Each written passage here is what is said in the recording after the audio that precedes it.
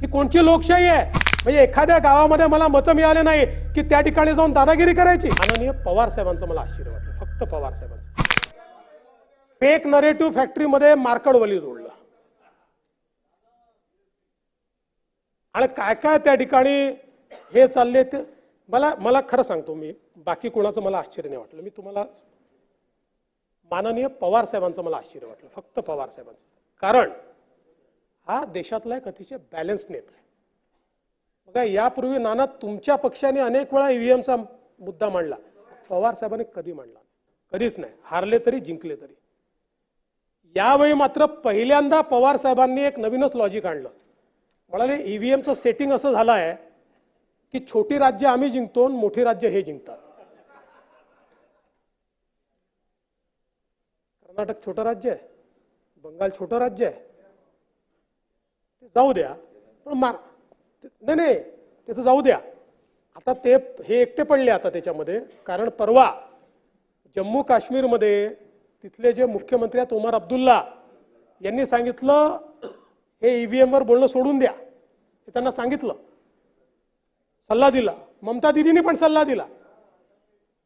या ठिकाणी खरं म्हणजे आपण जर बघितलं तर तिथले जे उमेदवार तुमचे होते निवडून आलेले उत्तम जानकर, त्यांना 843 मत आहेत.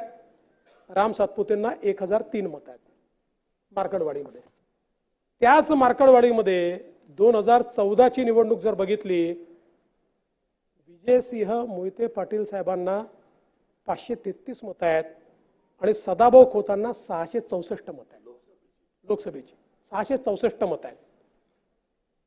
त्यानंतर पुन्हा जशी विधानसभा झाली, विधानसभेतली मतं बदललेली आहेत. हनुमंत डोळसला 294 आहेत, अनंत खंडागळेला 969 आहेत. 2019ची निवडणूक तुम्ही बघा, लोकसभेची रणजित सिंग नाईक निंबाळकर यांना 956 मत आहेत मार्कडवाडीमध्ये आणि संजय मामा शिंदेंना 395 मत आहेत राष्ट्रवादी काँग्रेसची. आता सगळीच आकडेवारी माझ्यापर्यंत आहे, पण या ठिकाणी एक राम सातपुते सारखा सर्वसाधारण घरचा कार्यकर्ता 5 वर्ष राब राबतो आणि एकट्या मार्कडवाडीमध्ये 22 कोटी रुपयाची कामं करतो. 22 कोटी रुपयाची.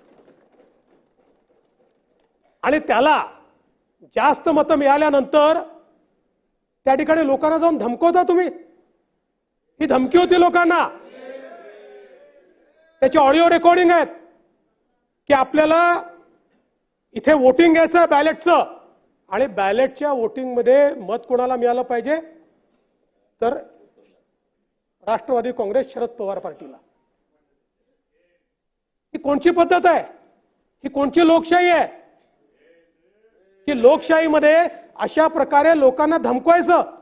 म्हणजे एखाद्या गावामध्ये मला मतं मिळाले नाही की त्या ठिकाणी जाऊन दादागिरी करायची? दादागिरी खपवून नाही घेतली जाणार लोकशाहीमध्ये.